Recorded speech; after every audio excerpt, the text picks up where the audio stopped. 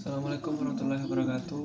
Nama saya Satullah Serali dengan NIM 2311072016. Saya akan menjelaskan laporan teori dan perancangan antena saya yang sudah saya buat dengan judul Teknik Array pada Antena Microstrip Patch Rektangular dengan slot persegi panjang dan slot T pada ground untuk menegakkan gain antena.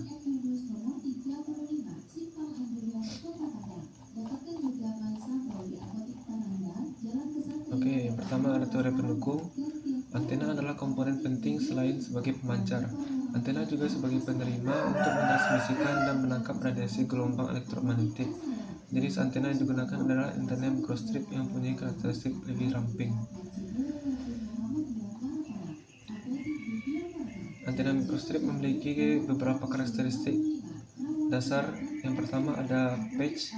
Patch adalah bagian paling atas dari antena yang terbuat dari bahan konduktor. Patch berperan dalam memancarkan gelombang elektromagnetik ke udara dan dapat memiliki berbagai bentuk, seperti lingkaran, persegi panjang, ataupun segitiga.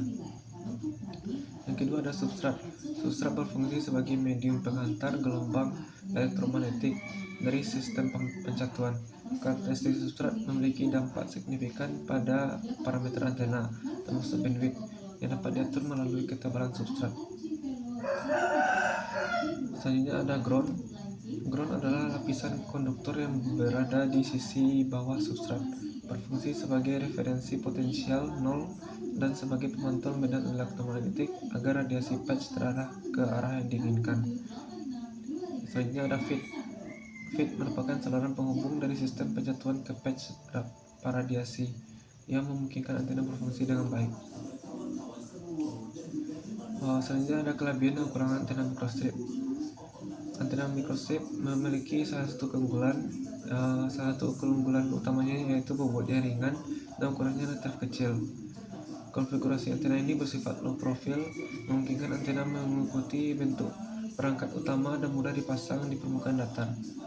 Dari segi produksi, antena microstrip dapat dibuat dengan biaya yang relatif murah karena dapat difabrikasi menggunakan teknik cetak sirkuit standar.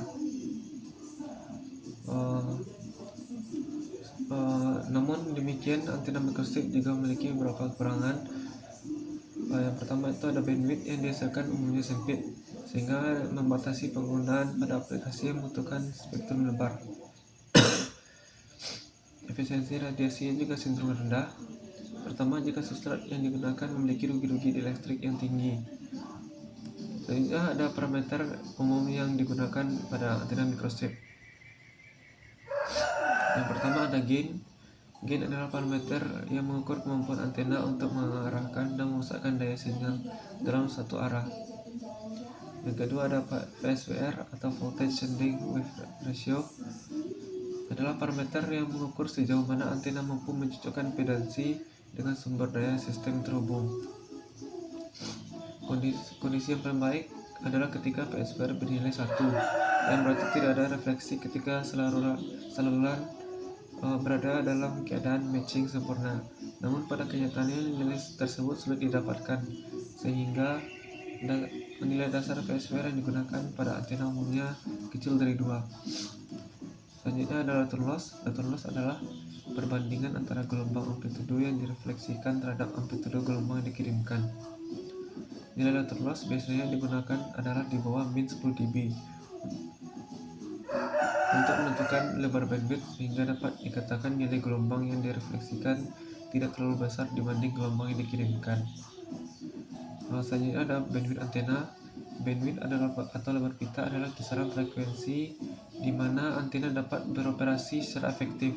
Hal ini mengukur sejauh mana antena mampu menerima atau mengirim sinyal dalam spektrum frekuensi tertentu. Oke. Selanjutnya masuk ke metode atau tahapan pembuatan antena. Alat dan bahannya yaitu 1 laptop, 2 software CST, 3 tembaga ukuran 256x191, yang keempat lakban. Selanjutnya ada dimensi antena. Antena disimulasikan menggunakan software CST dengan nilai frekuensi sebesar 2,4 GHz. Berikut adalah dimensi antena.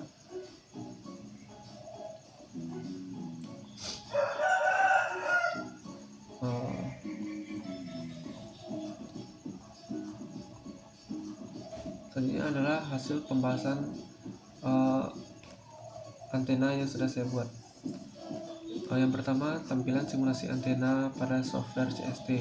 Ini adalah tampilan depan dan belakang antena saya.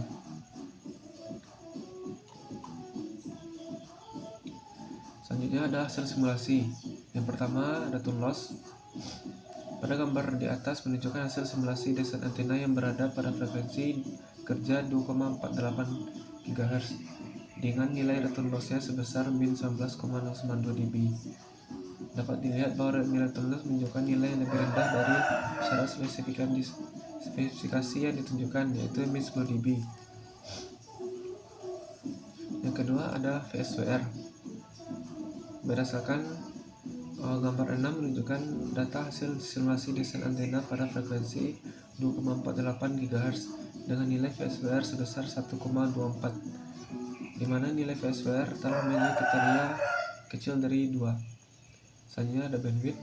Bandwidth yang didapatkan pada gambar 4 yakni berdasarkan selisih antara frekuensi atas dan frekuensi bawah. Didapatkan nilai frekuensi atasnya adalah 2,52 GHz dan frekuensi bawahnya 2,46 GHz. Ini adalah perhitungan nilai bandwidth. Dan didapatkan presentasi bandwidth adalah 2,419%. Selanjutnya ada gain dan polaradiasi antena. Gambar polaradiasi menunjukkan bahwa antena memiliki arah utama radiasi pada sudut 26 derajat dengan penguatan sebesar 9,57 dBi, yang menandakan antena memiliki performa radiasi yang baik dan cukup terarah. Lebar sudut radiasi utama adalah 49,6 derajat yang berarti antena ini termasuk dalam kategori direksional antena. Nilai set lob yang rendah min 0,5 dB menunjukkan bahwa sebagian besar daya terkonsentrasi di rubus utama dan sangat sedikit yang terbuang ke arah samping, sehingga efisiensinya tinggi. Selanjutnya adalah hasil fabrikasi antena. Ini adalah tampilan depan dan belakang antena yang sudah saya buat. Dan ini adalah hasil pengukuran return loss antena menggunakan VNA Keysec. Ini adalah hasil return loss pada tampilan Excel, dan ini adalah hasil tampilan pada VNA Keysec. Pada gambar 11 didapatkan data pengukuran return loss antena pada frekuensi 2,41 GHz dengan nilai sebesar min 13 dB. Ini berbeda dari hasil yang didapatkan pada simulasi pada frekuensi 2,48 GHz dengan nilai return loss yaitu min 19,092 dB. Perbedaan antara hasil simulasi dan hasil pengukuran disebabkan karena bentuk patch yang tidak sempurna akibat terkikis saat melarutkan, toleransi dimensi patch substrat atau ground yang sangat besar, serta kualitas penyambungan menggunakan konektor yang kurang bagus. Terakhir adalah kesimpulan dan saran. Berdasarkan dari hasil analisa dan data parameter, dapat disimpulkan bahwa yang pertama, didapatkan hasil simulasi antena menggunakan CST bekerja pada frekuensi 2,485 GHz dan hasil pengujian nyata antena bekerja pada frekuensi 2,41 GHz.